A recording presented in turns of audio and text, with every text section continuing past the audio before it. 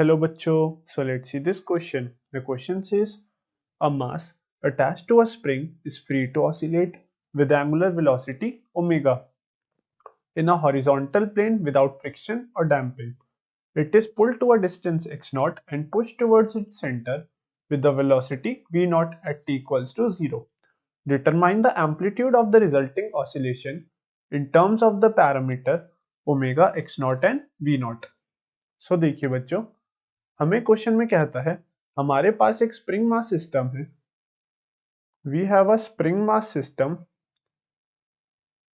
And हमारा जो मास है उसको अगर हम लेट करें कि वो है m, तो देखिए अगर हमने स्प्रिंग मास सिस्टम से एक x नॉट डिस्प्लेसमेंट दी इस मास m को, तो ये एक v नॉट वेलोसिटी से वापस जाएगा when this mass is released.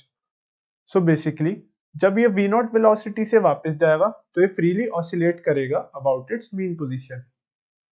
सो ये फ्रीली ऑसिलेट करेगा अबाउट इट्स मीन पोजीशन. सो जो ये एक SHM करेगा तो उसका हमें एम्पलीट्यूड बताना है of the resulting oscillations in terms of parameter omega x0 and v0. तो देखिए जब बच्चों हम इसको एक x0 डिस्प्लेसमेंट देंगे फ्रॉम इट्स मीन पोजीशन, तो इसकी बेसिकली जो इक्वेशन होगी that will be equals to x which is dependent on time, that will be equal to a cos omega T plus theta. ये हमारी होगी इक्वेशन, डिस्प्लेसमेंट इक्वेशन. अगर हम इस मास m का जो हमारा ब्लॉक है इसको हम डिस्प्लेस करें by some displacement x naught, तो देखिए अगर हम इसको x नॉट डिस्प्लेसमेंट देंगे at t equals to zero, तो हमारी इनिशियल कंडीशन बन जाएगी x equals to x naught, right. x equals to x naught basically this will be our initial condition. तो अगर हम यहाँ पे पुट करें ये सारी वैल्यूज तो हमारे पास आएंगी x naught equals to a cos omega t, और t हमारा है 0 तो हमारा आ जाएगा a cos थीटा, राइट. और ये हमारी बन गई इक्वेशन 1. अगर हम इक्वेशन 2 लिखें which is dx naught over dt equals to minus a sine omega T plus theta times omega. अगर हमने इस इक्वेशन बेसिकली अगर हम इसको बोले इक्वेशन अल्फा, तो इस इक्वेशन अल्फा को अगर हम डिफरेंशिएट करें विद रिस्पेक्ट टू टाइम तो हमारे पास इक्वेशन बनेगी dx over dt equals to minus a sine omega T plus theta times omega. और dx ओवर dt हमारा है वेलोसिटी ऑफ द पार्टिकल, तो हम इसको लिख सकते हैं v equals to minus a omega sine omega T plus theta, right. और अगर हम यहाँ पे इनिशियल कंडीशंस रखें विच इज कि जो हमारी सेंटर पे वेलोसिटी होगी that is v naught at t equals to 0, तो देखिए v will be equal to minus a omega.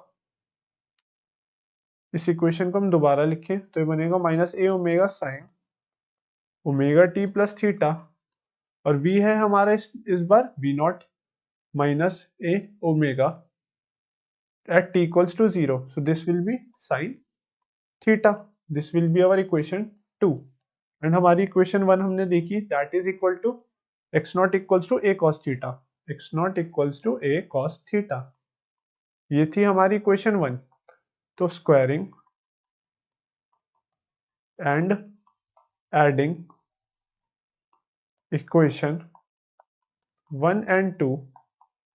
तो बच्चों देखिए, तो बच्चों ये हमारा बनेगा x not square plus v not square. देखिए हम यहाँ पे v नॉट अगर यहाँ पे हम a साइन थीटा को लिखे तो that will come out to be minus v not over a equals to a sine theta. अगर हम इस इक्वेशन को रीशफल करके कुछ इस तरह से लिखिए तो ये बनेगा a sine theta squaring and adding this equation, तो हमारा बनेगा minus v not over omega का square, right. And that will be equal to a cos theta का square plus a sin theta का स्क्वायर, a sin थीटा का square. तो ये हमारा बनेगा x not square plus we not square over omega square is equals to A square sine square theta plus cos square theta. And बच्चों हम जानते हैं कि हमारा sine square theta plus cos square theta एक ट्रिग्नोमेट्री आइडेंटिटी है which is equal to 1। So हमारा बनेगा X naught square plus we not square over omega square equals to A square. तो बच्चों यहाँ से जो हमारी ए की वैल्यू आएगी which is the amplitude for this SHM that will be equal to under root x naught square plus v naught square over omega. So in terms over omega square. So in terms of omega x naught and v naught हमारे पास amplitude आ गया x naught square plus v naught square over omega square का whole under root. So this will be the final answer for this question. So I hope बच्चों you understand this question well and best of luck.